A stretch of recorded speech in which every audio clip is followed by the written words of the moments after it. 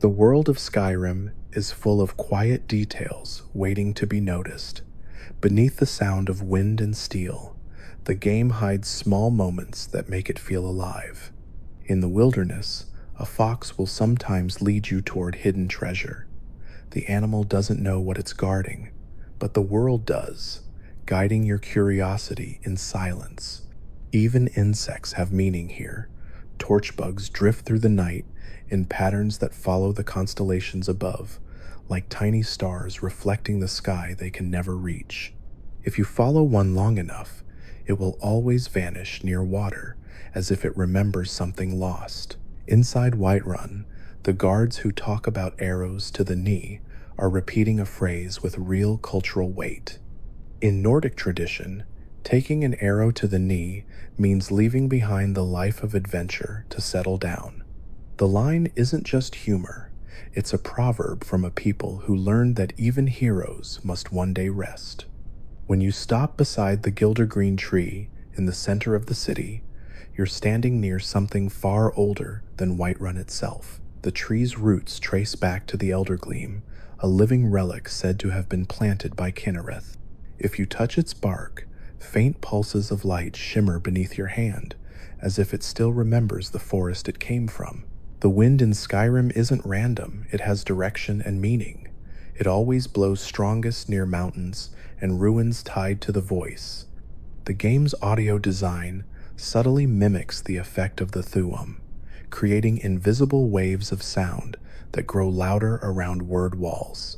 When you stand near one, the tone of the wind changes slightly, harmonizing with the word carved into stone. You can't hear it consciously, but the world does. The same is true of waterfalls. Their roar is tuned in the same key as the game's main theme, a quiet reminder that the land itself sings. Every innkeeper in Skyrim has a personal bedtime schedule, often turning in after wiping the same table 3 times. Their repetition isn't random. Bethesda's developers coded patterns into each routine to make them seem human, small gestures that never fully loop. One innkeeper might pause before blowing out a candle. Another hums half a verse of a song you'll never hear completed. If you return days later, she'll hum the same tune again, as if time in Skyrim only moves when you're watching. The couriers who deliver letters to you are never named, yet each one carries a unique schedule and dialogue set. If you pickpocket them, you'll sometimes find notes meant for other players, scraps of cut quests, or developer messages. One letter simply reads, "The world moves without you." It's unclear whether it was a joke or a forgotten line of dialogue. The courier himself never stops running. No matter where you are, he finds you, arriving breathless from across the map like a ghost, delivering reminders that the story continues even when you're gone. Dragons have small behavioral quirks that most players never see. When 2 dragons meet in the wild, they don't always fight. Sometimes they circle each other, roaring in a rhythm that resembles speech. Linguists studying the in-game audio discovered that the roars align with the syllables of the dragon language. The creatures are holding a brief conversation. If the weather is stormy, they end the exchange with synchronized bellows, possibly a ritual greeting. The world treats these moments as background events, but if you stand still long enough, you can watch ancient beings remembering what they once were. In the frozen north near Winterhold, the water around certain icebergs glows faintly at night. It isn't a glitch. The glow mimics bioluminescence caused by frost salts, an alchemical mineral that absorbs moonlight. The effect is subtle, but it means that even in the darkest corners of the map, something is always shining. When storms roll in, those same patches of light dim, as though the sea itself were holding its breath. Every book in Skyrim carries a hidden metadata tag recording how many players have ever read it during testing. Some of these counters were never removed from the final build.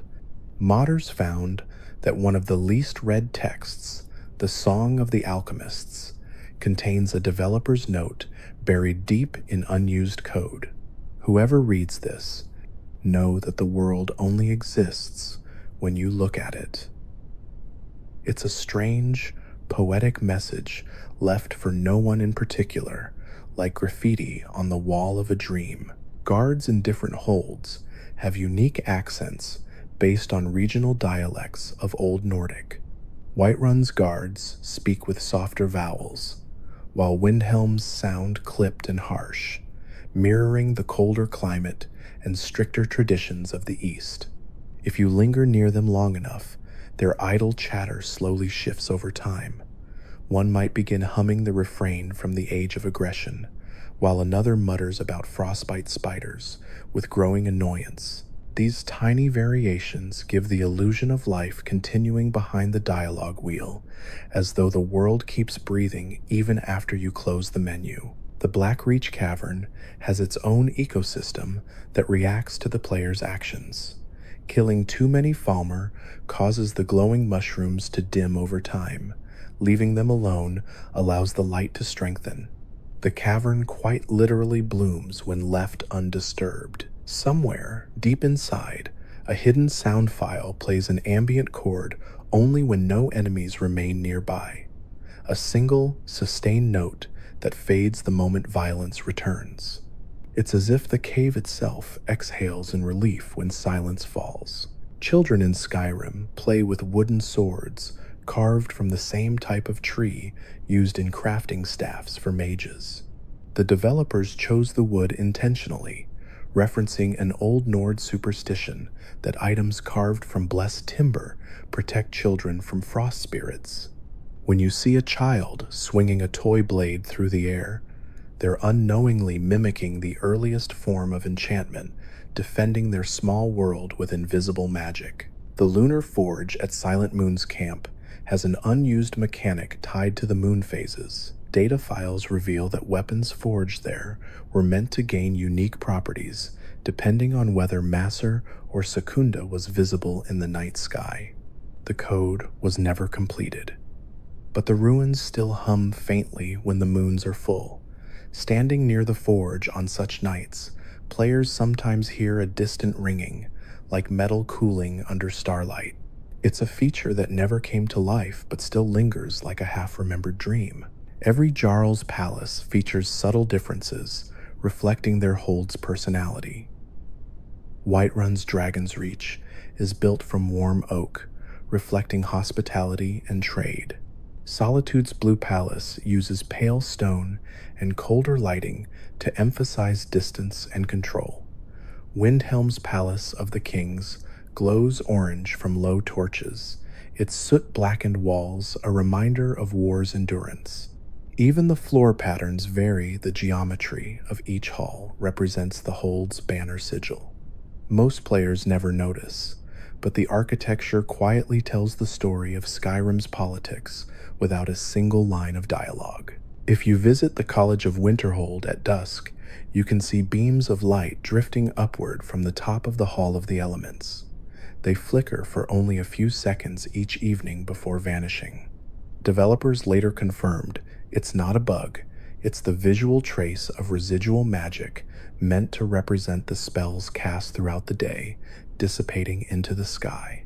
The energy of learning doesn't simply fade, it rises, joining the auroras like new stars forming above the sea. Whiterun's tundra holds a small, nameless pond surrounded by dead trees.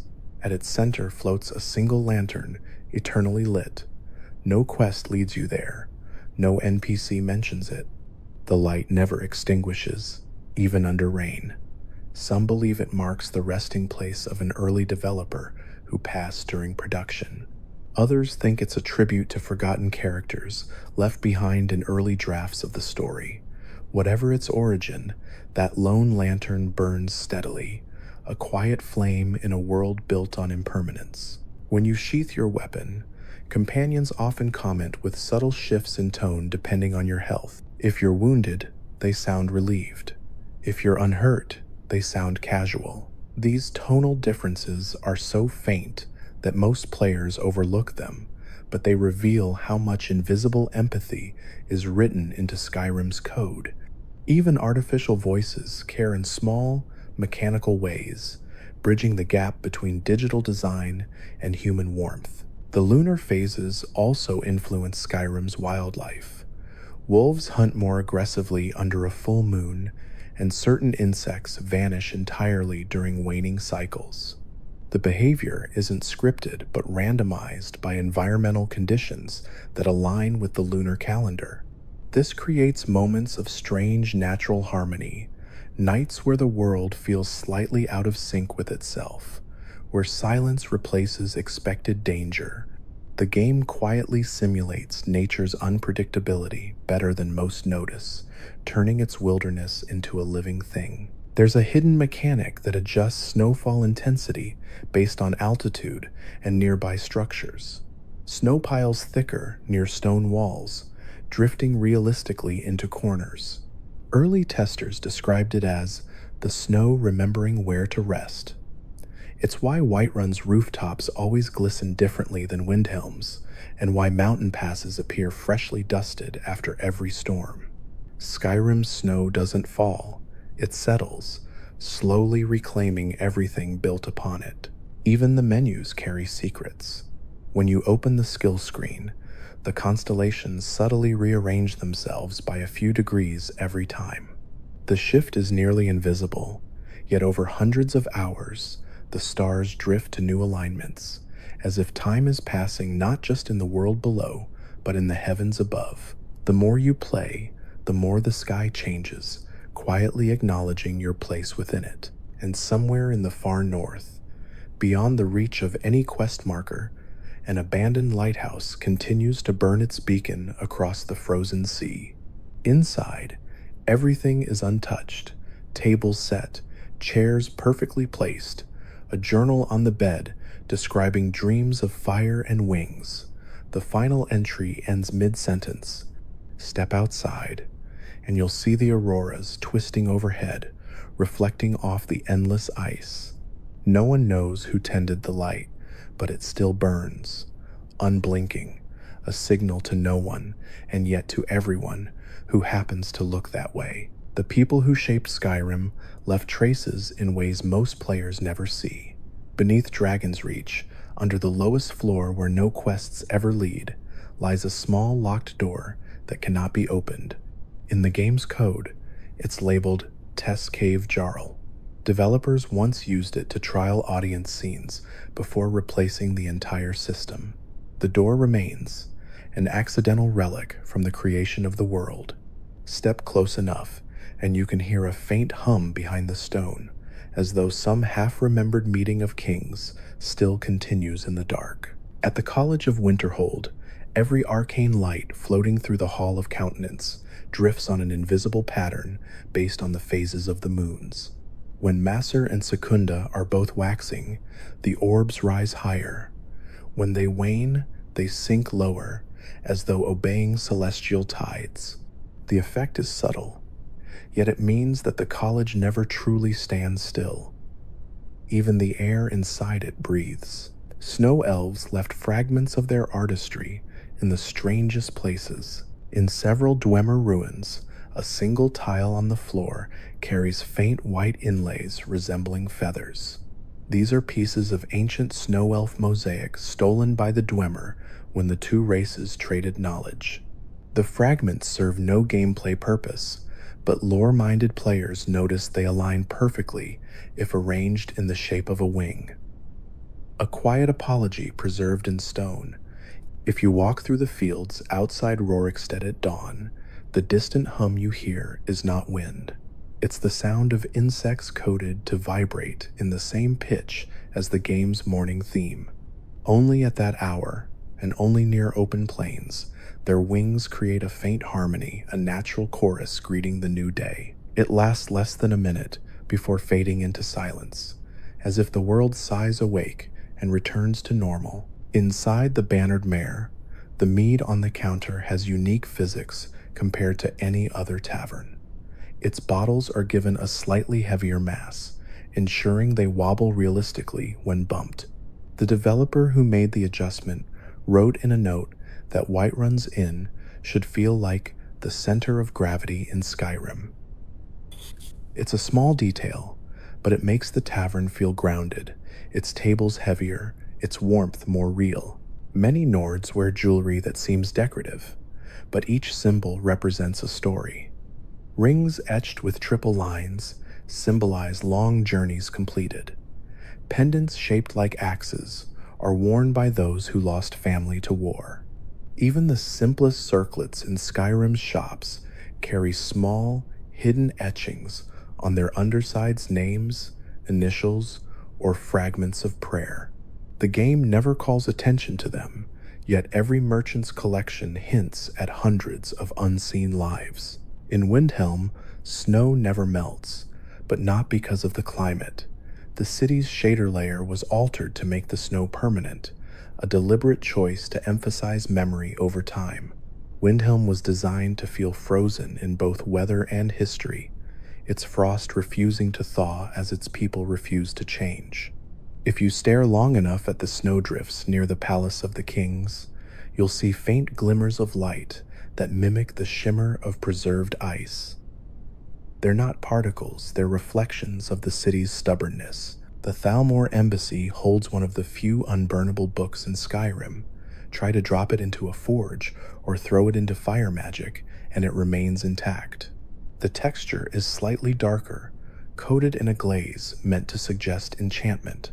Lore enthusiasts believe it represents forbidden knowledge that cannot be destroyed. Developers never commented, but its resilience remains one of Skyrim's quiet oddities, an object that refuses to fade, no matter how often the world tries to erase it. Mudcrabs, despite their reputation, have a hidden role in Skyrim's ecology. Every mudcrab mound you find along rivers marks a fishing node. The creatures were programmed to cluster near points, with high spawn probability for salmon and hiscarp, acting as living signposts for patient players. If you ever get lost while fishing, follow the crabs. They've been mapping the waterways since the game began. Within the files of Skyrim's soundtrack exists one track labeled Silent Nordic Shrine. It never plays in the game. The song consists of a low choir hum layered with the sound of wind moving through stone corridors. Some modders discovered it aligns perfectly with the architecture of the temple at High Hrothgar when slowed down. It seems the composers intended for the mountain itself to hum back at you, but the cue was removed late in development. Still, the frequencies linger faintly in ambient sound, so faint you can feel it more than hear it. Inside caves, torches burn slower when you're alone. The mechanic, unused but functional, was meant to make light a resource for solitary adventurers. If companions join you, burn rate resets to normal, symbolizing shared presence pushing back the dark. It's another system quietly left behind, half complete, but full of meaning. Some waterfalls in Skyrim hide secret echo points. If you shout toward them with the unrelenting force, the returning sound is slightly delayed, forming harmonics in D minor, the same key as the game's main theme. The sound designers chose that key intentionally, believing that even violence should sound musical. Stand beneath the waterfall near Darkwater Pass, and the echo hums like a choir trapped in stone. Every dragon that spawns carries a hidden emotion, value determining how aggressively it fights. Some are coated with pride, attacking instantly, others with curiosity, circling before striking. The difference changes nothing mechanical, yet it makes every encounter subtly unique. Occasionally, a tired dragon spawns one that lands without roaring, as though disinterested in battle. These moments make the creatures feel ancient, weary, and strangely human. At the edge of the Reach stands a broken tower with a single bell still intact. Hit it with an arrow, and it rings faintly. The sound is so quiet it barely registers, but the developers tuned its pitch to match the first note of the Dragonborn Comes. Few notice it, yet the melody exists, waiting for anyone curious enough to test the silence. The ghosts you meet in Nordic ruins have behavior deeper than most realize. Their AI tracks memories of you. If you visit the same ruin multiple times, their approach changes. They hesitate longer, turning slightly before attacking, as though recognizing your presence. It's a small illusion, but it transforms repetition into remembrance. Skyrim never forgets who walks its halls. Somewhere on the map stands a stump carved with dozens of knife marks. It has no quest, no story, and no loot. The marks are developer initials, quietly placed during the earliest builds of the world. The stump sits near the border between Falkreath and Whiterun, half buried in snow. If you listen closely, birds never sing around it. In Riften, if you dive beneath the canal water near the marketplace, you'll find an overturned cart resting against the stone. Inside is a single coin and a wooden toy horse. The placement tells its own story, perhaps a lost child, perhaps an accident. The coin is always gold, no matter the day or time. Its ID is unique. It respawns nowhere else. Skyrim hides hundreds of these quiet memorials for no one to find, and that's why they feel real. During storms, mammoths gather near lightning strikes more often than chance should allow. Some players thought it coincidence, but testing proved otherwise. The creatures are coded to move toward heat sources in extreme weather. The result is eerie. Giant silhouettes standing motionless amid thunder, drawn to warmth that isn't really there. They look like living statues remembering an instinct from another age. The Night Mother's coffin emits a heartbeat when you stand near it for too long. The rhythm is faint, layered beneath the ambient soundtrack. It doesn't appear in the audio files as a loop, meaning the sound is generated in real time. The pulse speeds slightly when you crouch, as if responding to your attention. Even death in Skyrim listens back. Blackreach's glowing orbs pulse in rhythm with the player's footsteps. It isn't symbolic, it's coded. Each step triggers a tiny wave effect across nearby light nodes. The result is an unconscious harmony between your movement and the cavern itself, making it feel alive, aware, and breathing with you. Every forge in Skyrim produces a slightly different hue of flame. The color depends on the minerals in the surrounding region. Markarth's flames burn faintly green from copper traces in the air, while Riften's flicker orange due to resin smoke from nearby forests. The change is almost invisible unless you compare screenshots, yet it adds another unseen layer of realism, a world where even fire takes on the color of its home. When you sit in certain chairs for too long, the camera slowly shifts toward the nearest window or fire. This isn't random framing, it's a hidden cinematic parameter meant to simulate restlessness. Skyrim watches how long you stay still, then subtly encourages motion again.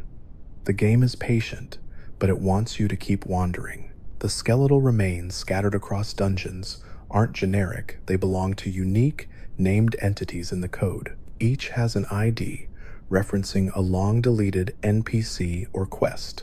One skeleton near Labyrinthian is labeled Sorcerer, Child. Another near Bleak Falls as North, Priest Old. These small digital gravestones preserve fragments of an older version of Skyrim's story, one still buried beneath layers of revision. Even food has its secrets. Sweet rolls in Skyrim weigh less than in Oblivion. Not for realism but symbolism, developers joked that joy should be lighter in hard times. The pastry's physics mesh actually contains a heart-shaped void at its center, visible only through debug tools. No one was meant to see it, but it's there, a literal heart baked into the game's most iconic dessert. And finally, if you climb to the very top of the world and shout into the empty air, a short gust of wind answers back. It's not weather, it's an invisible sound node triggered only at that height. The mountain itself calls back, an echo across time, reminding you that every shout, every step, every breath in Skyrim leaves its mark, even when no one is listening. Some of Skyrim's quietest places carry the most meaning. North of Morthal lies a frozen pond that never fully freezes. Beneath the ice, a slow current moves in a perfect circle, creating a faint hum you can only hear when crouched beside it. In the code, it's labeled Nord Memory Loop. No quest leads you there, but the area seems to exist as a symbolic echo water circling endlessly beneath frost, like time refusing to stop.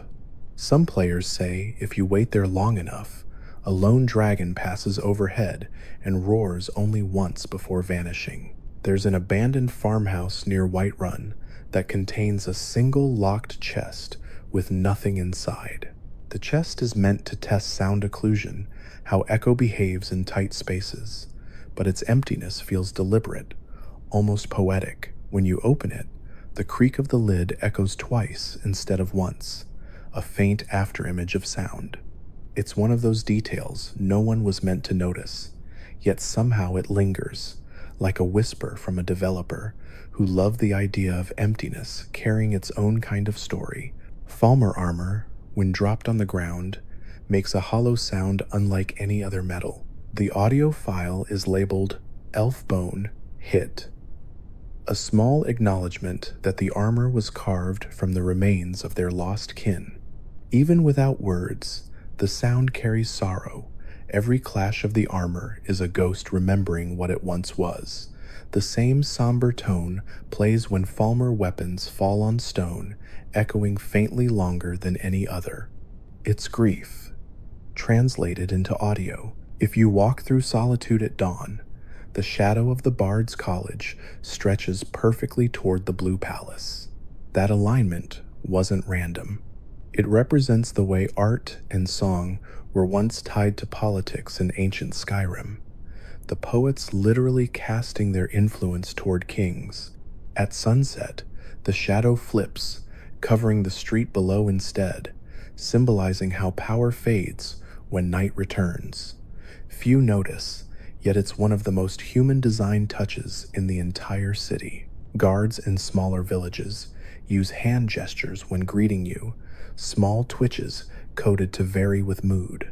A tired guard rubs his wrist, a nervous one scratches his neck, a confident one stands straighter with his chest out. None of these affect gameplay, but they give each hold a personality all its own. It's as if the land itself speaks through posture, the wind shaping how men carry themselves. The sound of thunder in Skyrim isn't a random effect. It's built from layered human voices shouting low-frequency tones recorded in a canyon. The result feels organic because it is every storm carries the echoes of people who once screamed into stone walls to simulate nature's fury. That's why thunder here sounds slightly melodic, almost mournful, a chorus of voices disguised as weather. In the Reach, a few ruined towers are lined with hanging moss that never despawns. These are leftovers from early builds when hanging plants marked hidden entrances to Dwemer tunnels. Over time, the tunnels were sealed, but the moss remained. It still sways faintly in a wind that doesn't exist, a memory of pathways long erased from the map. When you enter a dragon's lair, the air pressure subtly changes. Your footstep sound shifts, the bass deepens, and reverb increases, all to simulate the feeling of vast, ancient lungs moving around you. Some players describe it as an illusion of heartbeat. The lair feels alive because the world is literally breathing through code. The Elder Scroll itself glows with symbols that pulse to the rhythm of the in-game day. They shift slightly faster at noon and slow near midnight. The light it emits has a randomized flicker pattern tied to the lunar cycle, meaning no two nights in Skyrim ever illuminate it quite the same way. In that way, even the scroll remembers time, echoing the same eternal truth.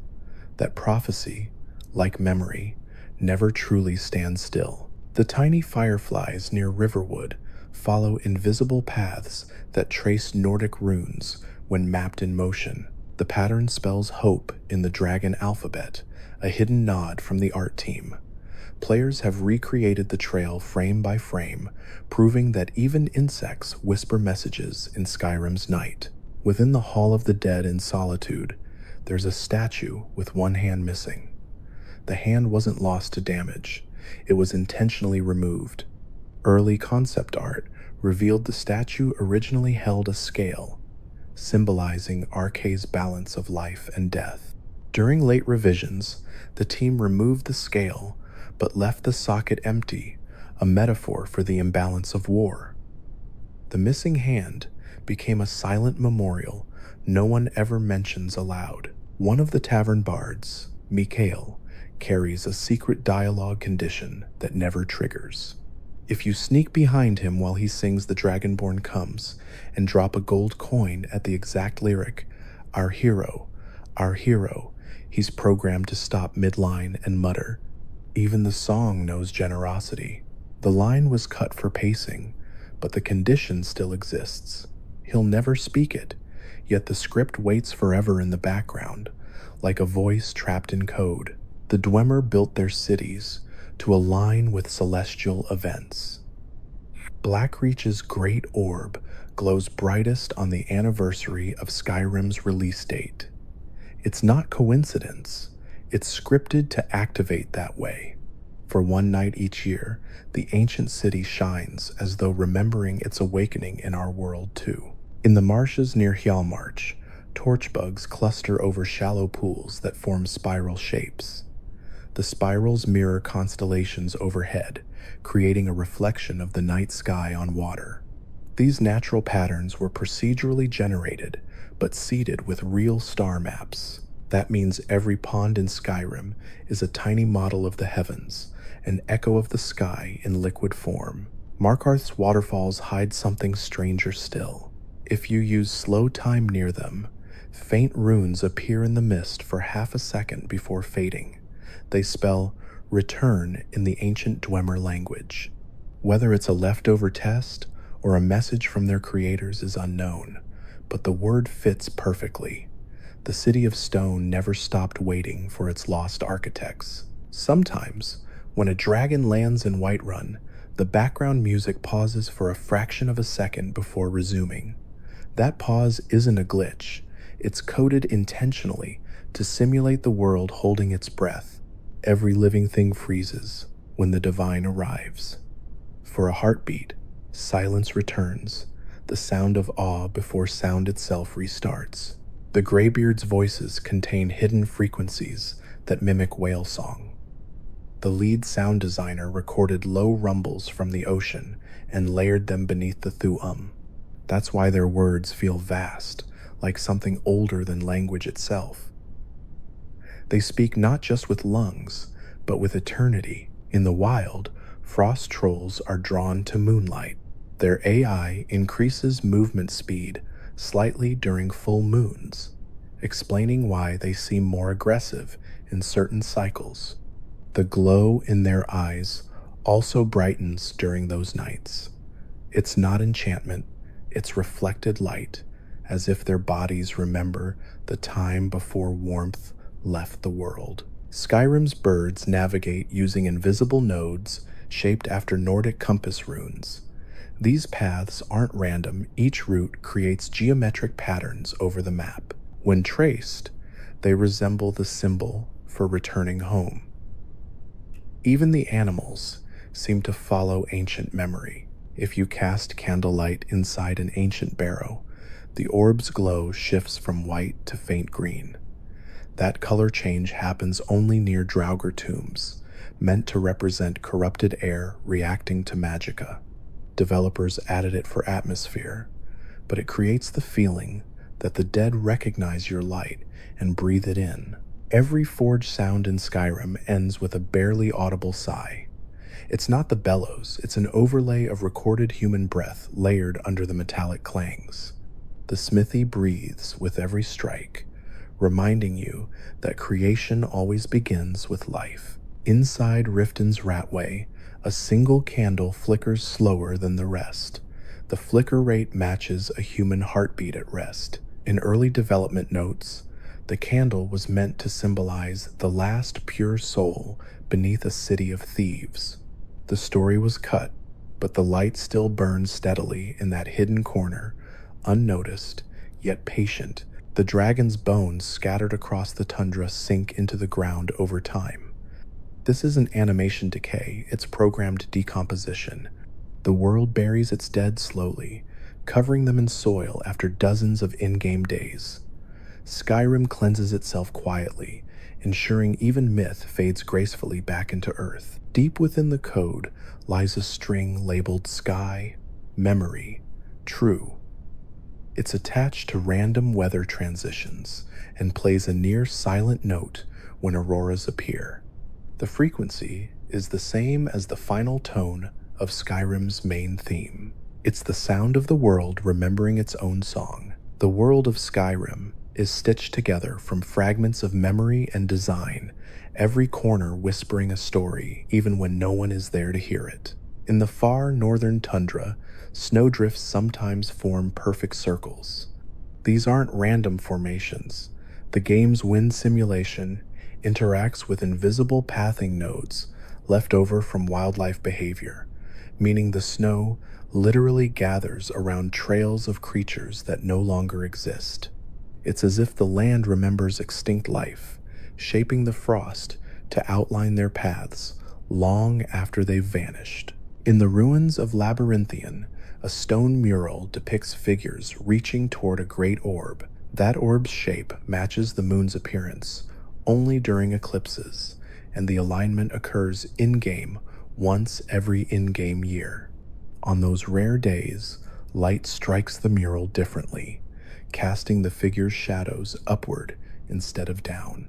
Most players never return often enough to see it, but when it happens, the ruin glows faintly, as though the ancient magic within it recognizes its time has come again. Solitude's windmill doesn't run purely for effect.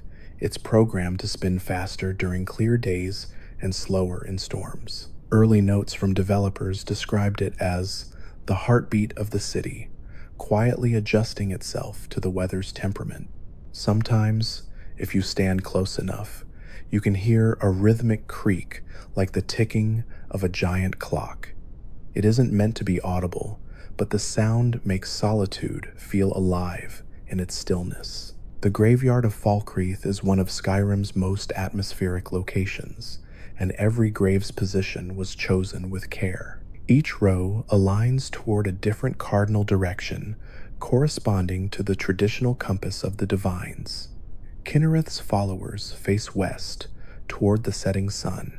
Arkay's faithful lie east, toward dawn and rebirth. The central path cuts directly north to south, meant to symbolize the journey between life and Sovngarde. Few players ever notice how carefully the graves mirror faith itself, each one pointing home in a different way. Alduin's model carries hidden scars, visible only under bright light. They aren't texture errors. They match claw marks found on ancient Nordic walls, evidence that the devs intended Alduin to have been wounded before his return, hinting that the World Eater had fought something greater long ago. It's a detail buried under lighting layers, seen only when the dragon turns just right in sunlight. The scars tell a silent story of pain older than prophecy. The game's rivers have coded flow speeds that subtly change depending on what direction you're facing.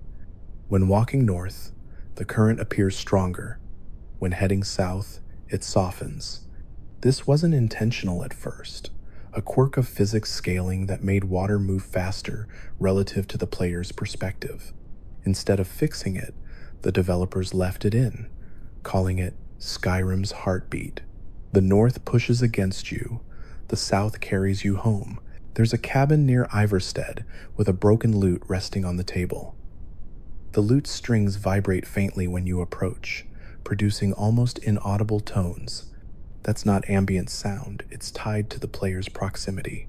The game triggers a soft chord meant to represent nostalgia, an emotional resonance that activates only when you stand still long enough, walk away too quickly, and it never plays.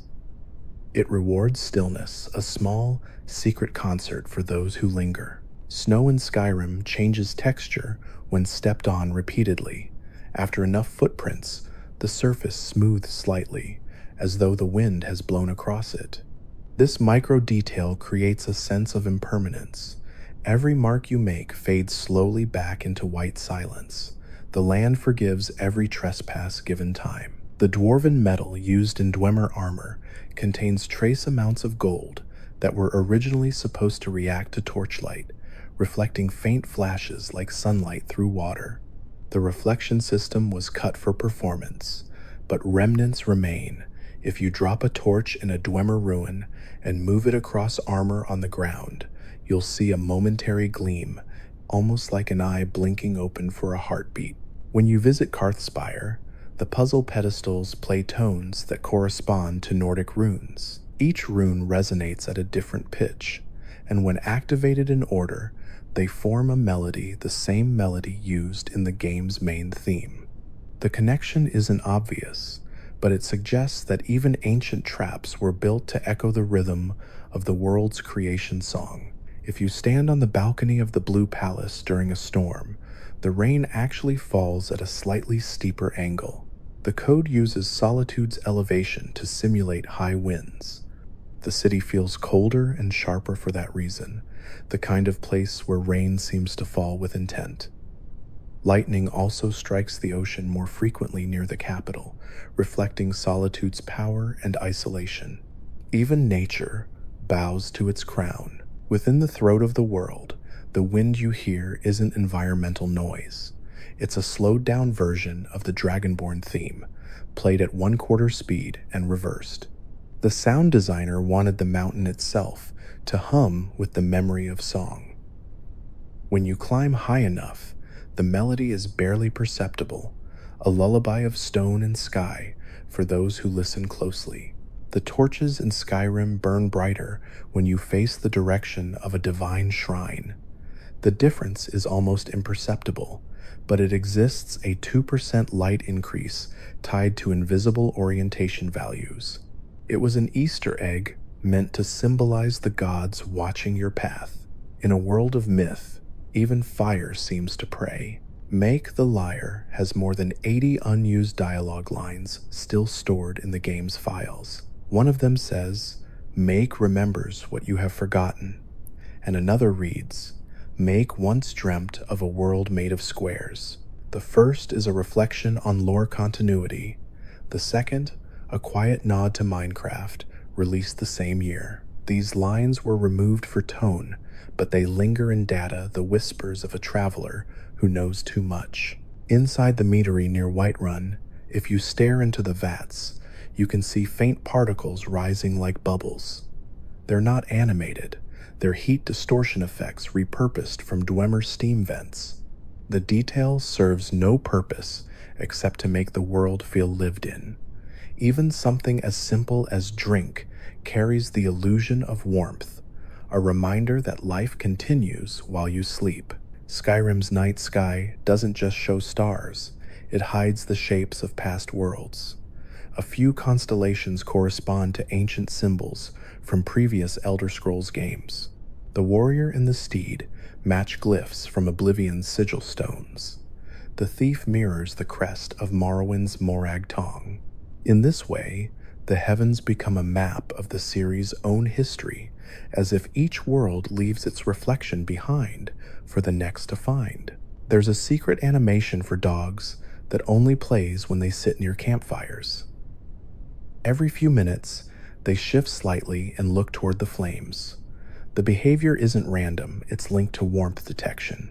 Their heads tilt as though mesmerized by the flicker, a small touch that gives even companions a quiet soul. The underwater tunnels near Windhelm lead to a cavern where bioluminescent algae form patterns resembling runes. They spell out "listen." The glowing letters are too faint to see without a torch, and no quest ever takes you there. Some fans believe it's a message from the developers to the player. Slow down, pay attention. The world is speaking. A single shipwreck north of Dawnstar contains bones arranged neatly around a small table with a map. The placement implies that the crew spent their final hours charting their location rather than fleeing.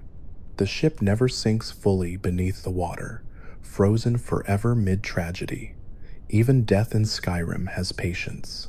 Butterflies spawn in specific weather conditions, and if one lands on you, the camera subtly shifts toward the sky. It's not a coincidence the animation triggers a light upward tilt meant to mimic wonder. The game silently encourages you to look up, reminding you that even amid war and ruin, beauty still drifts quietly overhead. If you strike a word wall with lightning magic, a faint chime rings out. It's a leftover debug tool to test sound propagation, but the effect feels sacred. The sound is tuned to D sharp, the key associated with Kine, goddess of storms. By accident or intention, even glitches in Skyrim hum with divinity. And when you finally rest in an inn, the breathing sound that plays as you fall asleep is not ambient noise. It's the faint inhale of a human recorded decades ago for an entirely different project. The team reused it to symbolize the continuity of dreams, an echo of someone long gone, sleeping eternally within the world's code. When the northern lights stretch across Skyrim's sky, their motion isn't random. The auroras drift in rhythm with the in-game time cycle, moving 1 degree per hour, but hidden in the files, the pattern actually loops in a perfect mathematical sequence known as the Fibonacci spiral. The design team wanted the lights to feel alive but eternal, a reflection of nature's perfect imperfection. Some players claim that if you fast forward through days quickly enough, you can see the auroras breathing, expanding and contracting like the slow inhale of the world itself. In the city of Riften, the sound of footsteps changes when walking over the bridges at night. During daylight, the wood creaks softly, but after midnight, it emits a deeper tone. This wasn't intentional. It's caused by the audio layering system misreading night ambient tracks, yet it adds an almost musical melancholy, as though the city itself sighs once the market closes, its timbers echoing with exhaustion from the day. Every one of Skyrim's waterfalls has a hidden reflection map rendered just off-screen. This allows the light and water to shimmer dynamically, but it also means that every waterfall carries a mirror image of the world around it, a reflection that only exists in code.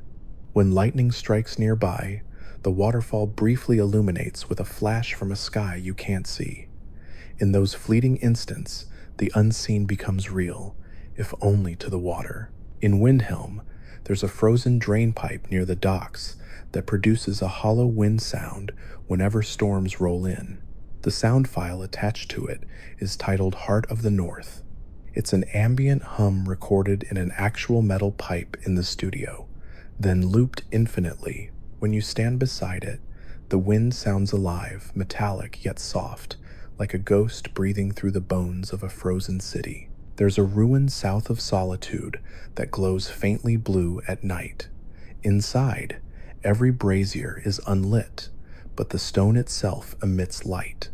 This happens because the texture was accidentally set to reflect moonlight, giving the illusion that the ruin holds some ancient power. The effect was never removed because it felt right, a forgotten sanctum quietly illuminated by its own memories. In Whiterun, the Gildergreen's leaves change color not only with the seasons, but with your progress in the main story. Early in the game, its hue is slightly duller. After the quest to revive it, the saturation increases, and by the time dragons begin appearing frequently, the leaves take on a faint gold tint. The developers tied the lighting curve of the tree's texture to global story flags, turning it into a living reflection of your journey. Beneath Markarth's stone foundations lies an unused room filled with glowing particles that rise endlessly through the floor.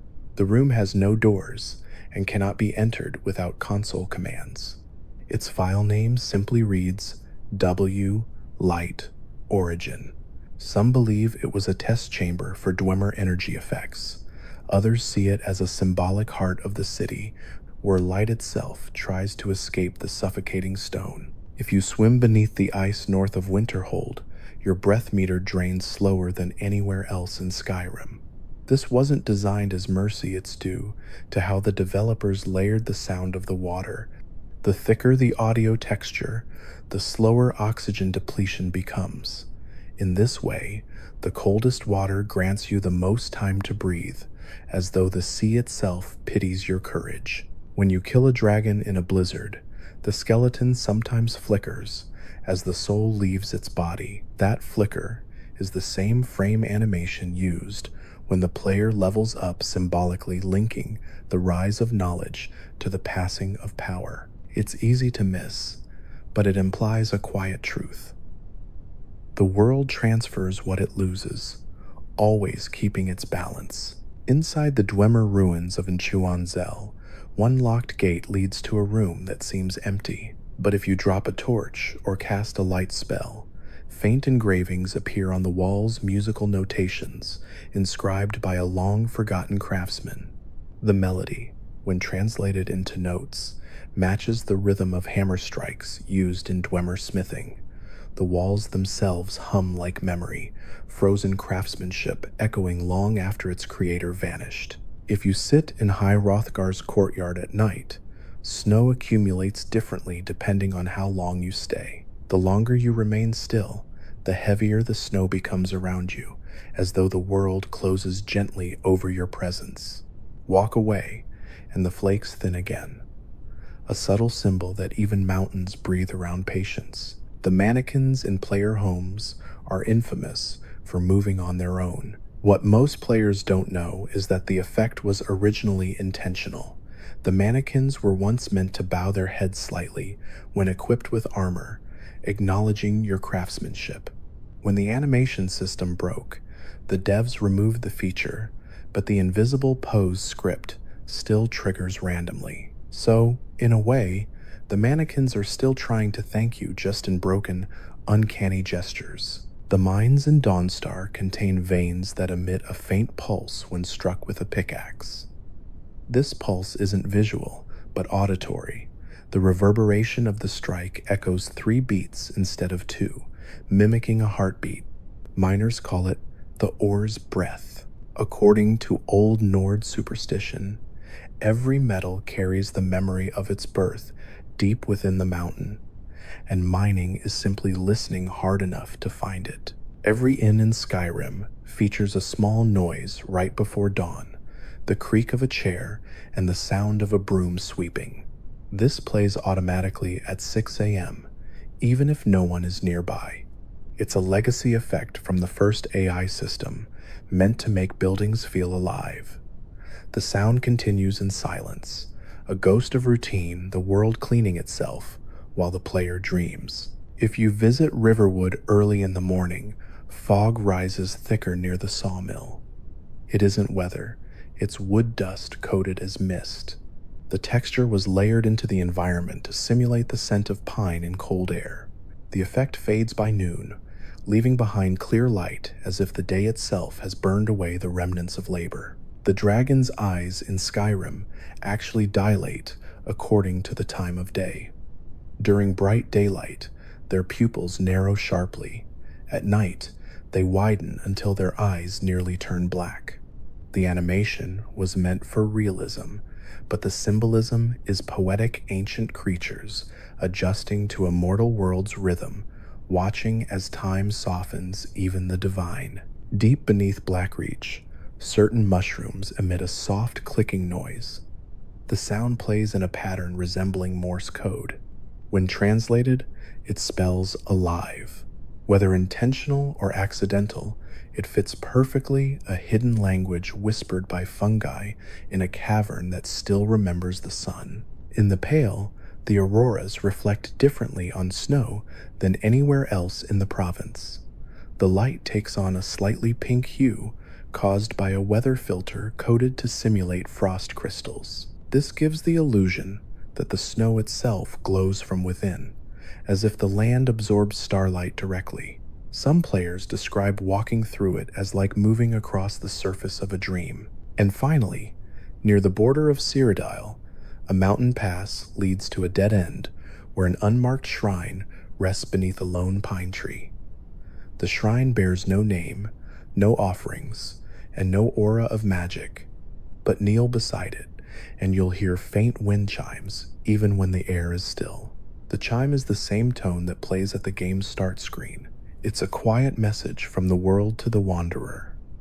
Every ending in Skyrim leads back to the beginning. In the heart of Skyrim's wilderness, there are moments where the world seems to pause between breaths. One such place lies west of Whiterun, a field of long grass where no creatures spawn and no weather events ever occur. Players who linger there describe an unusual silence, the wind briefly halting before continuing again. The coordinates trace back to the world origin point used by developers while building the map. It's where Skyrim began, an invisible heart quietly pulsing beneath the digital soil. The silence there isn't emptiness, it's the sound of creation still echoing faintly through the code. In the swamps of Hjalmarch, torchbugs behave differently than anywhere else. Instead of fluttering in random loops, they drift in lazy spirals that always center around the player's position. The effect was originally meant to simulate heat rising from the marsh, yet it gives the illusion that the insects are watching you, orbiting like tiny sentinels of light. If you stand still long enough, the swarm grows tighter until it seems as if the world itself is drawing closer, curious about your stillness. Windhelm's marketplace has a faint echo that doesn't belong. It triggers only when you walk past the blacksmith stall after sundown. The sound designer layered in a subtle reverb taken from cathedral acoustics, meaning the open-air market resonates like a chapel at night. It transforms a place of trade into something sacred after dark, a quiet prayer to craftsmanship carried on the cold wind. The world's rivers contain dozens of hidden memory points, invisible markers that generate ripples when passed. They aren't for fish or gameplay, they're emotional anchors placed by the designers to make water appear alive. If you swim across certain stretches repeatedly, the current begins to flow slightly faster, as if remembering your passage. Skyrim learns how you move and whispers that memory back through motion. Atop the mountains east of Markarth sits a small altar carved into the rock.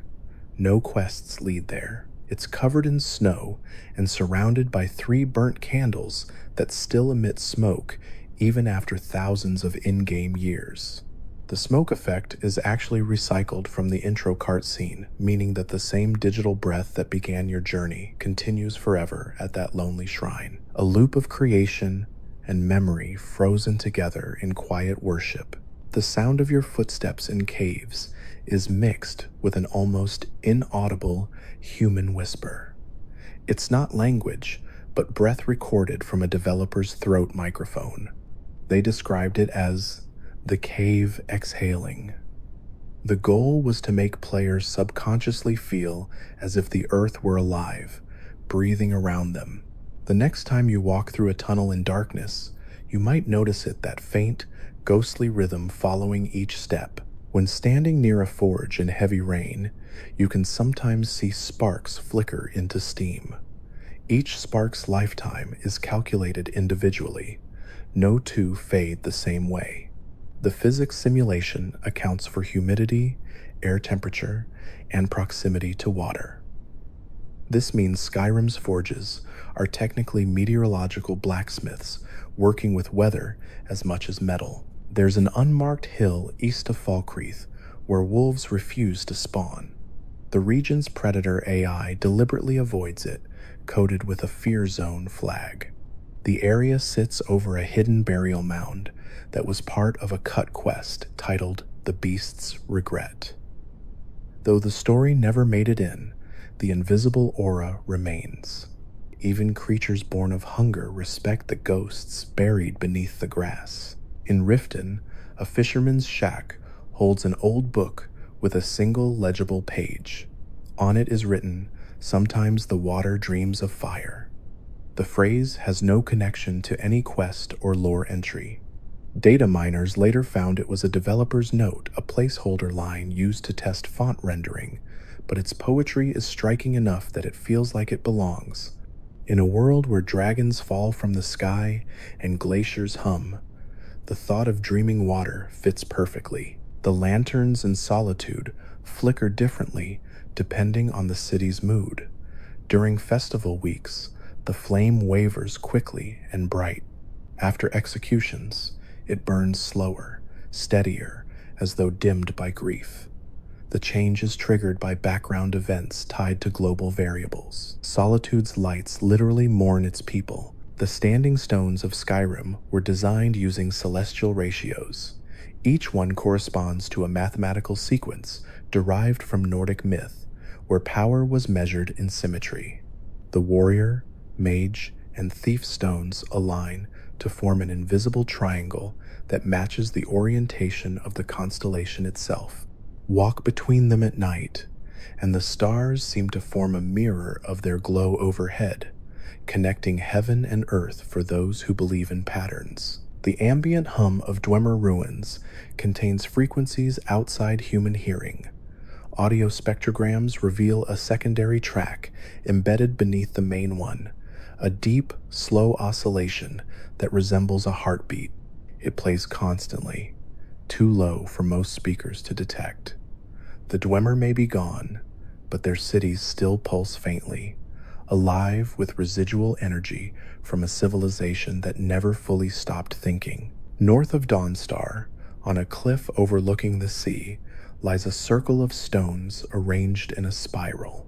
The rocks appear unremarkable, but if you stand in the center during sunset, the game triggers a faint sound of waves crashing even when the ocean below is calm.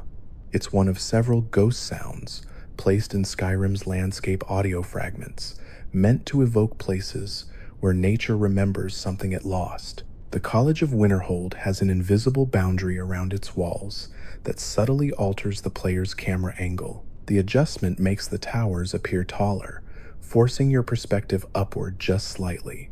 The illusion creates reverence, a small trick that makes even digital architecture feel monumental.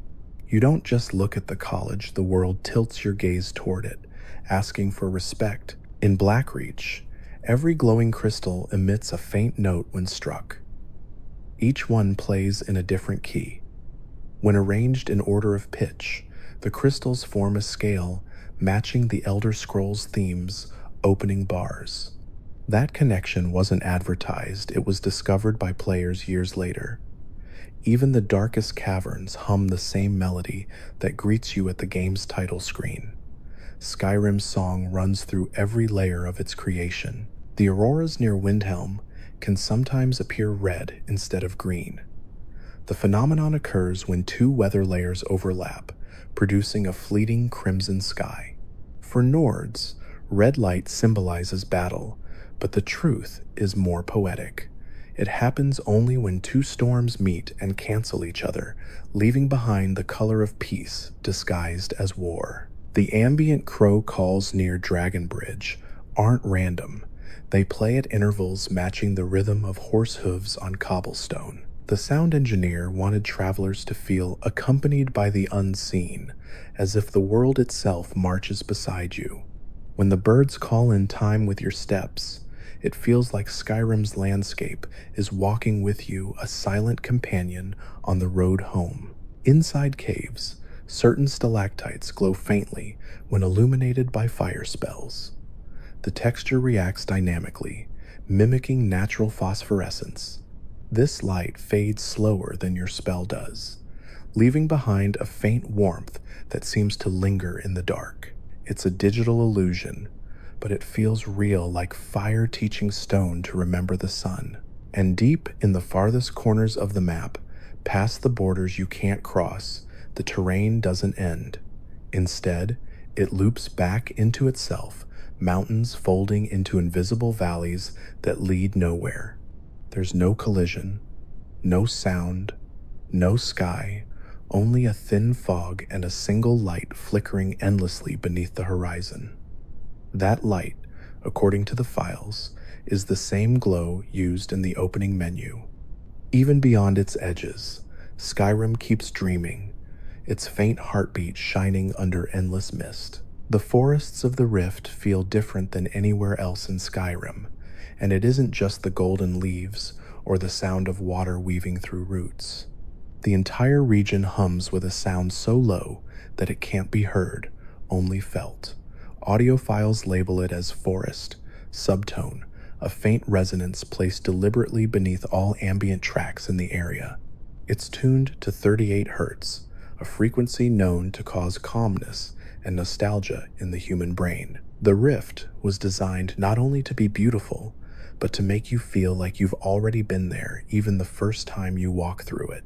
A small cabin north of Riverwood contains a bookcase with a missing shelf. The gap aligns perfectly with a beam of sunlight that passes through the window at dawn. If you stand there as the light hits, dust particles drift in a slow spiral, forming what looks like the letter S. No one knows if it was intentional, but many players believe it's a quiet nod to Skyrim itself, a signature left in sunlight, glowing briefly each morning before vanishing into the day. When a dragon lands near an open body of water, the ripples it creates are larger than any other creatures. This effect isn't simply cosmetic. It's linked to the same physics engine that handles earthquakes in the game's intro sequence.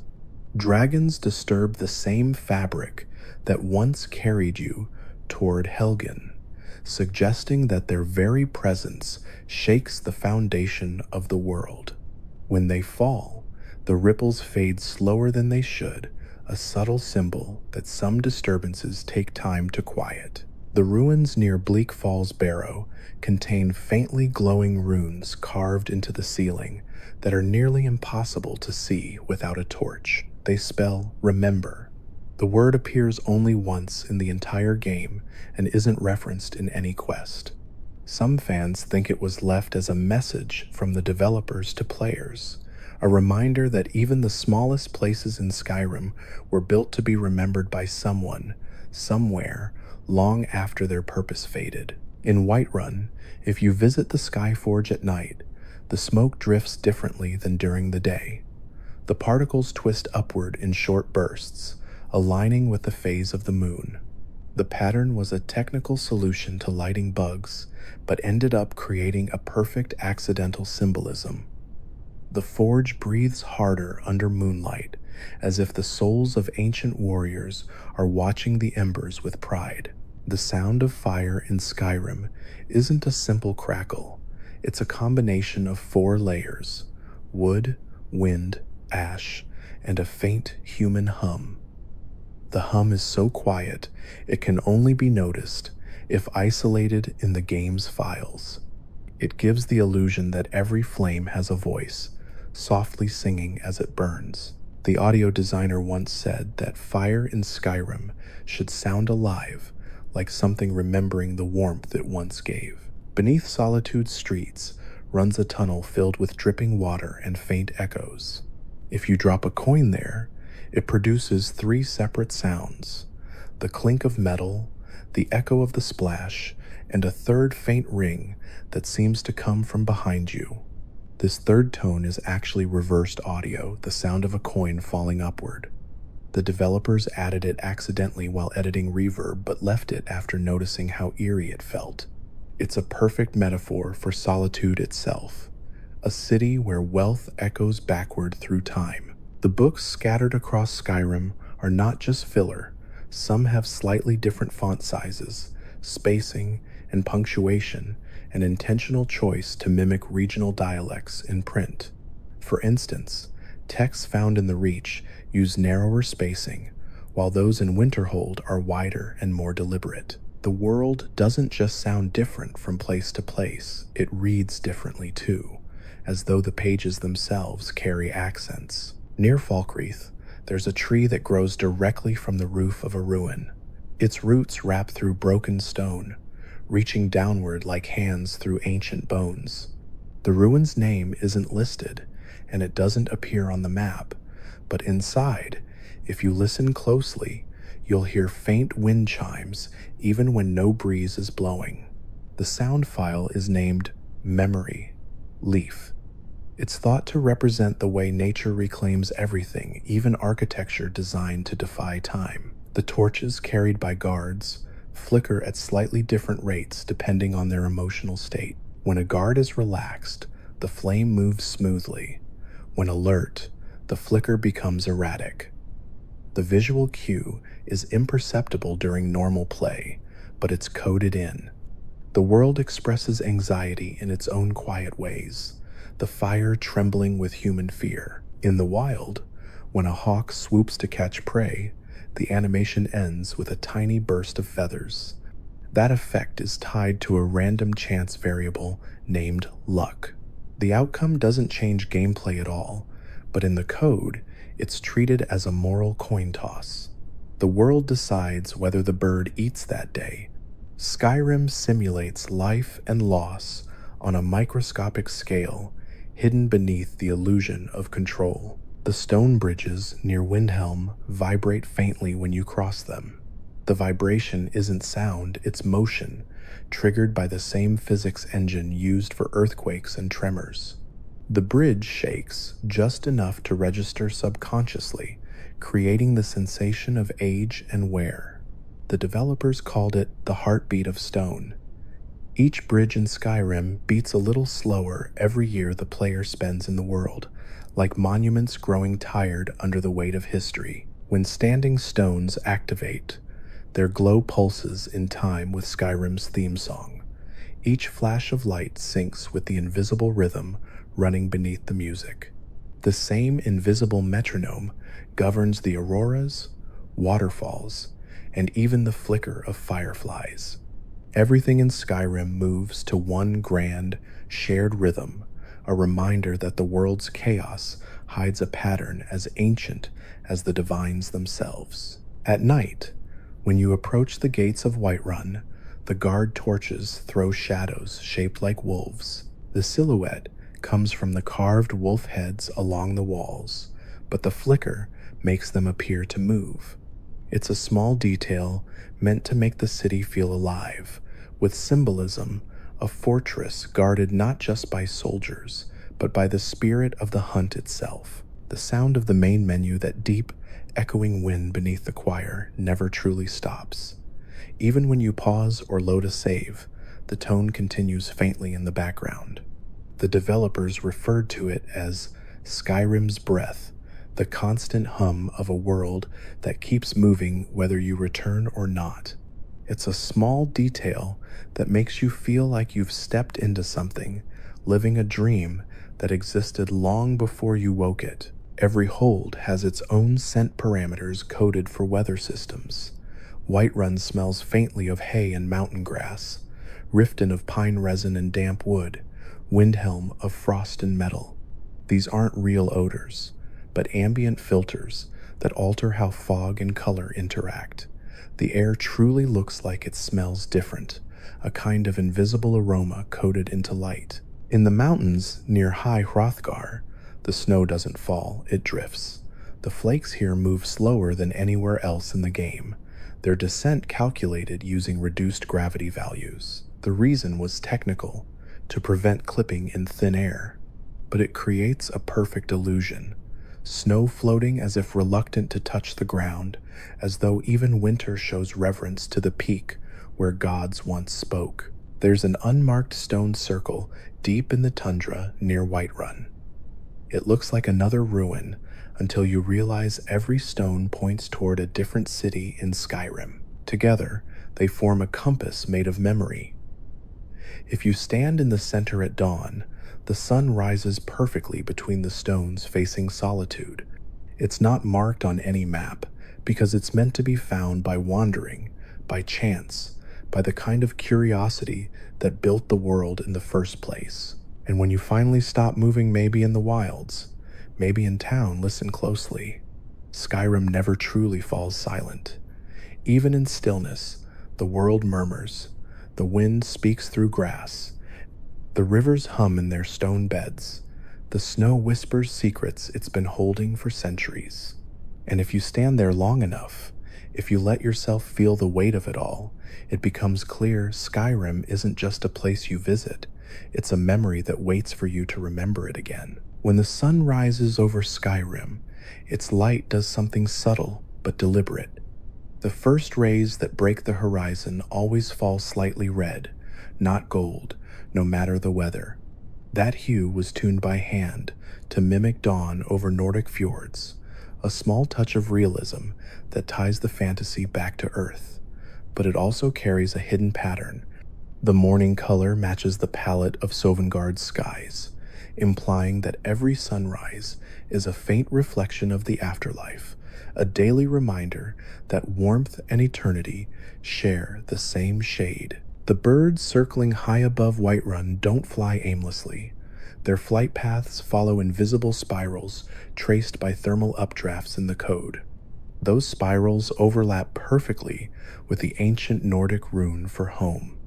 It's as if the city's sky itself is marked with a blessing, one that even the birds obey. In the Pale, the snowflakes fall slower when you stand near torches. The heat distorts the air just enough to change the animation's descent rate, giving the illusion that fire makes time move differently. Near warmth, even winter hesitates. Somewhere near the edges of Eastmarch lies a stone cairn with no carvings, no offerings, and no name. Touch it, and you'll hear a faint sound, a heartbeat, buried in stone. The file responsible is a leftover reverb layer used in Dwemer ruins, somehow left active in the overworld. But the location and sound feel purposeful, like the land itself hiding a buried life, a pulse too deep to silence. When you visit a blacksmith shop during a storm, listen closely between thunder strikes. You'll hear the hammer's rhythm subtly sync with the thunder's timing. This was accidental, the byproduct of a shared timing loop in Skyrim's weather scripts, but it creates something hauntingly beautiful, as if the gods keep time for mortal craftsmen, each strike echoing the sky's own heartbeat. Inside the College of Winterhold, one of the study rooms contains an unlit candle that never melts. The wax remains smooth, untouched by flame. In the game's data, it's labeled Hope Candle. It was meant to burn when certain quests concluded, but was later disabled. Still, the candle remains there unlit, eternal, waiting for a story that never came to pass. If you sneak through caves while invisible, spiders react anyway. Their AI triggers based on sound, not sight. Yet when you crouch silently near them, some freeze completely, twitching only once before turning away. The animation resembles a moment of confusion, a creature sensing something it cannot see. Even Skyrim's monsters feel haunted by the presence of things beyond their understanding. There's a lone fox near Falkreath that always spawns facing east. It never runs, never wanders far, and never attacks. The direction matters. East is the path of the rising sun, the direction of beginnings. Some fans call it the Dawn Fox. It's been suggested that it marks the resting place of an early designer who worked on the game's AI before passing away, though no confirmation was ever given. Whether true or not, it stands quietly in the wild, a small guardian watching light return to the world each morning. If you drop gold coins on stone, they make a bright chime, but if you drop them in tombs, the sound dulls, echoing low and heavy. The reason lies in the ambient layers. Tombs have a specific reverb that absorbs higher frequencies. The game changes sound physics based on emotional tone. Gold sounds alive where there's life, and tired where there's none. When wolves howl at night, their calls vary slightly depending on weather. Clear nights produce longer howls, storms shorten them, The howl's pitch corresponds to the phase of the moon in-game, though the effect is too subtle for most to notice. The sky, the beasts, and the gods all share one language, they simply speak it slowly. Whiterun's main gate casts shadows that shift with the time of day. At dawn, the bars resemble the spokes of a wheel. At noon, they align like rays of a sunburst. The geometry was designed to mirror Akatosh's symbol, hidden in plain sight. Each time you enter the city, the god of time welcomes you with light you don't realize you're walking through. There's a waterfall in the rift that runs backward. The water animation reverses only under specific angles, a graphical quirk caused by the way fog interacts with terrain normals. Yet it creates a strangely peaceful illusion, a river trying to return to its source. Some players take it as a sign that even in Skyrim, nature longs to undo itself, to go home again. If you look closely at the Dwemer ruins under Markarth, you'll find carvings of hands pressed into the walls. They're smaller than human hands and arranged in clusters near the edges of doors. These weren't meant as decoration, they were fingerprints left by the developers while sculpting stone textures, preserved as accidental art. The ghosts of real hands remained forever trapped in the mountain halls of the Dwemer. The song sung by bards, the age of aggression, has different meanings depending on where you hear it. In imperial cities, the lyrics reference victory. In storm-cloaked towns, they reference defiance, but the melody never changes. Its neutrality is symbolic, the same tune played on both sides of war. Skyrim's music doesn't take sides. It mourns them both equally. In the mountains of the Reach, a broken pillar lies at a perfect angle toward the sky. During certain nights, it aligns with the constellation of the warrior. Stand in its shadow and wait long enough, and the stars seem to rest directly on its edge, like a blade catching moonlight. The world quietly rewards patience with poetry. The goats of Skyrim have their own secret. When two meet on the road, they often stop, stare, and then walk in opposite directions. It's not random. Their AI forces them to yield to each other in perfect symmetry, forming a mirror movement. It happens rarely, but when it does, it looks almost ceremonial. Two wanderers acknowledging shared purpose before continuing on separate paths. If you visit the Hall of the Dead in Whiterun during a thunderstorm, faint echoes of chanting can be heard below the usual ambient hum. The sound is a repurposed snippet of the game's main theme, slowed down and layered in reverse. It doesn't appear in any other crypt, suggesting that Whiterun, the heart of Skyrim, carries its own hymn for the fallen. Alduin's roar uses an echo recorded from real mountains. The team traveled to Iceland, captured natural echoes from cliffs, and then layered them beneath the dragon's voice. That's why his shouts sound so vast the world itself is literally answering him. His voice is Skyrim's landscape-given sound, mountains speaking back through the lungs of myth. When you fast travel across Skyrim, the map that fades in for a moment isn't static. It updates in real time, pulling current weather, lighting, and even dragon corpses from your active game state. What you see isn't a pre-rendered map. It's the world pausing long enough to let you look down upon it. A divine perspective, granted briefly, then taken away. And far above everything, beyond the clouds and auroras, floats a skybox layer, invisible to the naked eye, a shimmering dome textured with faint gold lines. When magnified, those lines form a single word in Daedric script, dream. It's the last thing rendered before the screen fades to black each night, the first thing loaded when you awaken.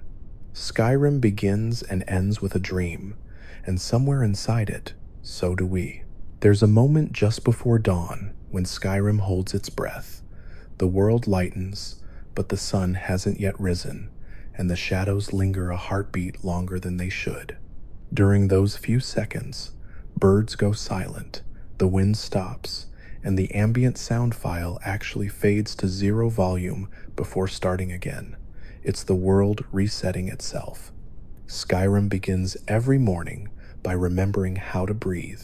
If you travel north of Dawnstar, past where the sea freezes into jagged glass, you'll find icebergs shaped like wings. They were sculpted from real glacier scans, but their curves perfectly mirror the outline of Alduin's wingspan. It's as though the land remembers him frozen memorials, reaching upward, yearning for flight that will never come again. The waterfalls of Ivarstead play a hidden melody. The splashing sound loops in 3 patterns that, when slowed down, match the notes of the Dragonborn comes.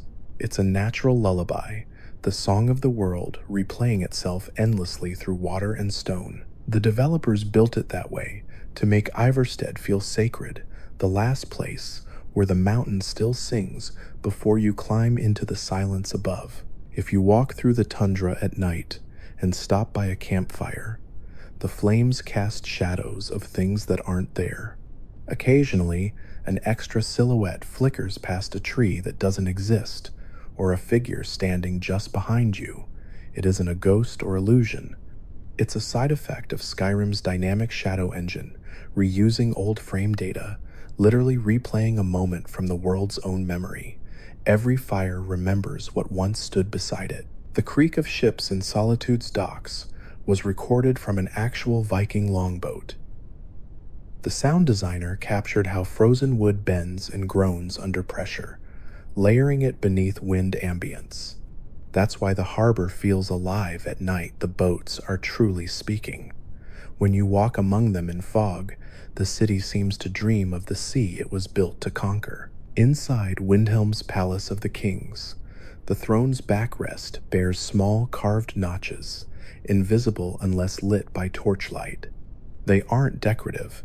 They're tally marks, 24 in total, 1 for each ruler of Eastmarch since Ysgramor. No quest mentions them, but they remain, a quiet record of history written in the wood itself. Sometimes, when you drop a weapon on snowy ground, it sinks just slightly and leaves a faint steam trail.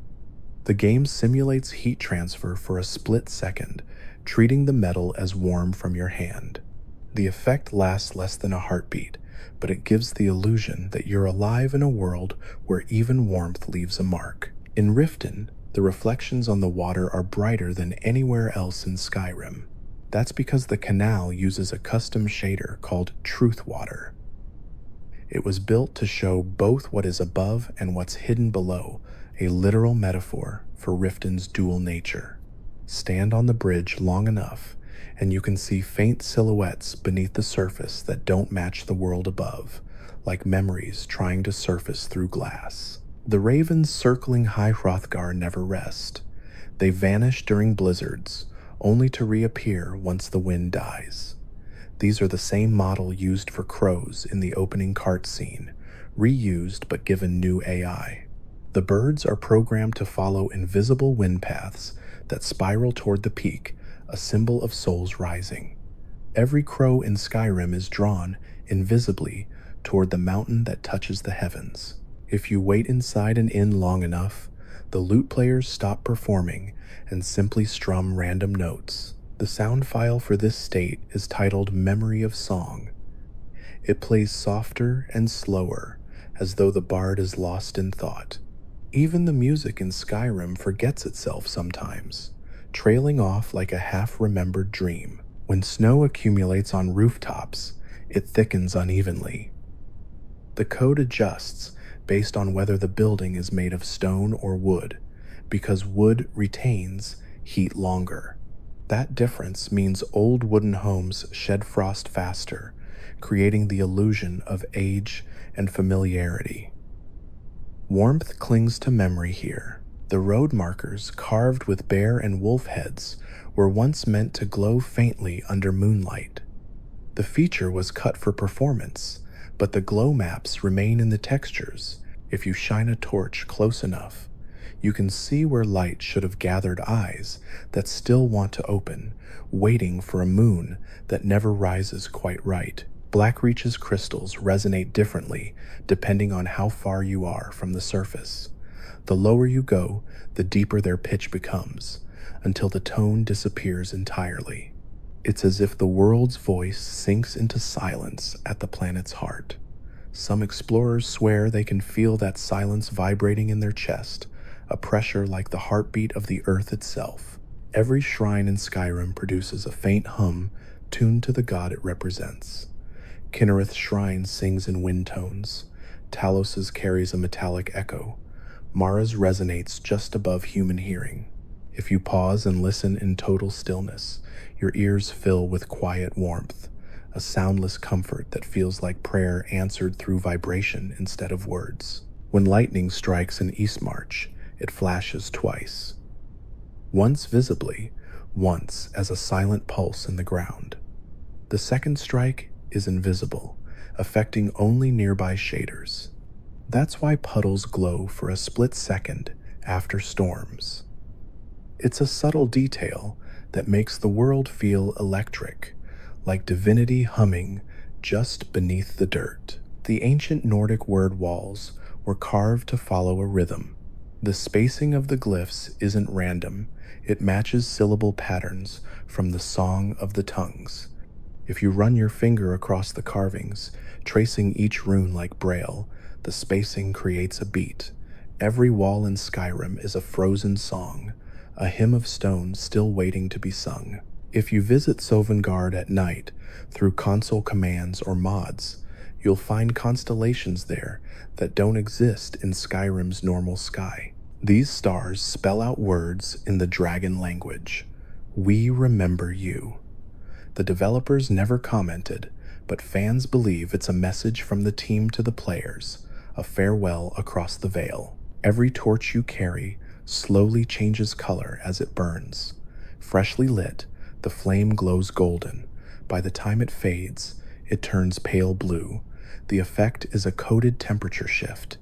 It mimics how oxygen burns away, but symbolically, it feels like light aging. Even fire grows old in Skyrim. When dragons die, the wind changes direction. It's a micro-weather event, coded to make ashes scatter opposite the way you're facing. The world seems to exhale when they fall, the sky whispering relief after centuries of fear. The ambient wind in mountain passes contains a reversed human breath layered so softly it's nearly undetectable. The file name is Sigh of Creation. It plays everywhere above a certain altitude, reminding you that the higher you climb, the closer you are to the sky, remembering how it began. And when you finally rest, maybe in an inn, or under the auroras, or beside a dying fire, the sound of the wind, the fire, the trees, and the sea all blend together into one constant tone. That tone, when isolated, forms the exact pitch of Skyrim's main theme. The entire world hums its own song quietly beneath every moment, like a memory it refuses to let go of. As night deepens across Skyrim, the world begins to hum differently. The sound of wind through pine becomes slower, longer, deeper. The air seems to exhale, and every mountain holds its own quiet resonance. That hum isn't random.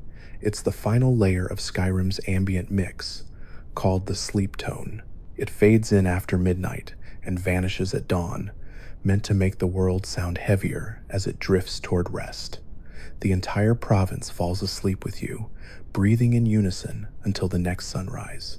In the hills north of Rorikstead, a small ruin hides beneath a slope of snow. Inside, a single brazier burns with blue fire that never goes out. The flame is bound to an unused quest trigger, labeled Promise. No one knows what it was meant to light, but the effect stayed. Even in the finished world, that fire keeps its vigil, glowing softly in solitude, keeping faith with something that never began. The bridges near Windhelm are built from 3 different kinds of stone, each brought from a separate hold.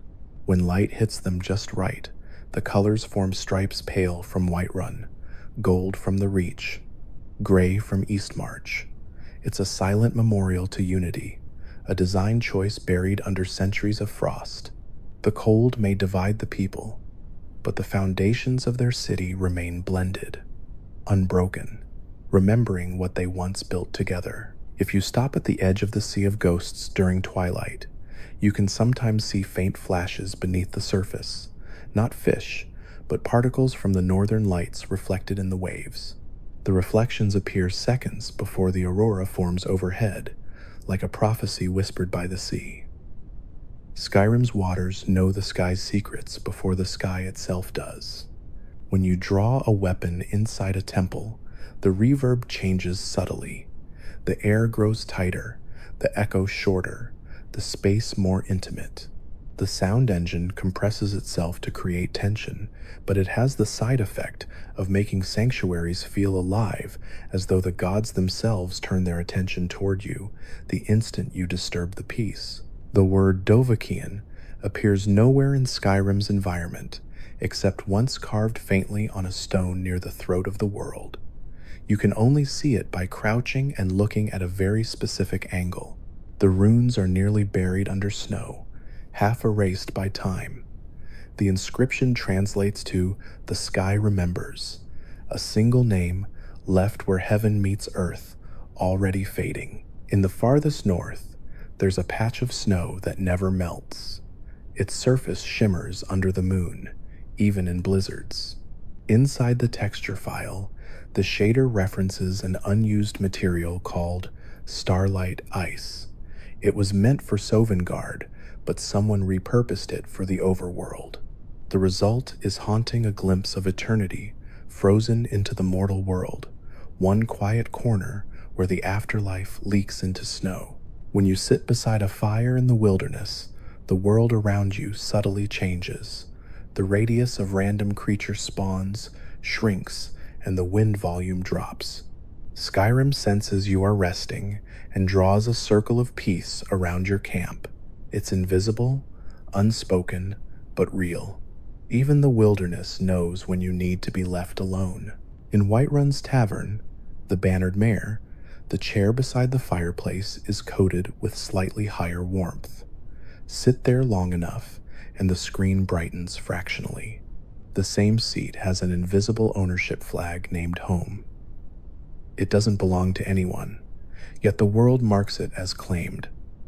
A reminder that even wanderers have places that quietly wait for them to come back. The sky above Sovngarde contains a faint whisper, not a song, not a wind, but words. Reverse the audio and you'll hear a sentence in the dragon tongue. You made it back. It's the only line in the entire game addressed directly to the player. Skyrim itself, speaking once, softly, at the end of all things. If you leave a torch lit in the snow and walk away, it burns for exactly 4 in-game hours before extinguishing. When it finally dies, the flame flickers twice the same timing as the torches at Helgen in the opening cart scene. The game starts and ends with that same rhythm, as though the story closes its eyes the same way it first opened them. Near Riften, under the water by the docks, a single chest rests locked and unmarked. Inside is a single gold ring labeled Return. It has no enchantment, no quest, no description. Drop it into the lake, and it sinks unusually slow. The physics tweaked, so it drifts like something reluctant to leave. It's a relic of a cut storyline about love and loss, but what remains feels almost wholly a token that refuses to vanish, turning slowly in the depths forever. The Dwemer Centurions sometimes pause for exactly 1 second before attacking. It's not lag, it's programmed hesitation. Their AI checks for target validity, but the dev who built them added an optional pause called Thought. The machines think before they strike, a spark of mercy hidden in brass.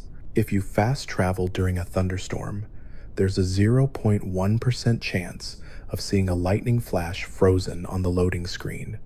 It's a visual glitch, but the lighting model is real, a split-second echo of weather caught between one place and another. It looks like the storm trying to follow you across the map. The word walls are coded to detect motion. When you stand perfectly still near them, the ambient chanting quiets slightly, as though the wall is holding its breath. Move again, and the sound swells back to life. The stone wants you to listen, but only if you truly stop to hear it. Every Jarl's throne faces a window. The layout ensures they always sit with light at their backs, forcing petitioners to look into the sun or fire. It's a subtle design detail, borrowed from real Nordic halls, but in Skyrim, it serves a deeper symbolism. Rulers who speak with the power of daylight itself, casting their people in shadow, even when they mean well. The auroras in Sovngarde ripple faster than any others, their movement synchronized with the choir that plays there. Each flare of light matches the breath of the voices in the soundtrack. The sky quite literally sings along. It's the most beautiful loop in the entire game, heaven and music sharing the same lungs. Somewhere deep in the game's code is an unused weather type called Memory Clear. It has no rain, no snow, no clouds, only pure sunlight and a note that reads, "For endings." It never triggers naturally, but modders can activate it. When they do, the sky turns completely still and the wind stops. Skyrim's final emotion, hidden and unused, is peace. When you climb the throat of the world for the very last time, the stars above form a faint spiral. It isn't visible from below. The pattern mirrors the loading screen symbol, the dragon curling around itself in eternity. The same emblem that greets you when you start your adventure is waiting quietly at the summit, reminding you that every ending here is a return. And if you let the game sit idle long enough, the camera slowly pans to the horizon. The music fades, the wind calms, and the world keeps moving, birds gliding, rivers flowing, torches flickering. Skyrim keeps living, waiting patiently for you to wake it again, because this world never truly ends. It only rests between memories, like snow settling over old footprints until all paths vanish, waiting for the next traveler to arrive and make them once more.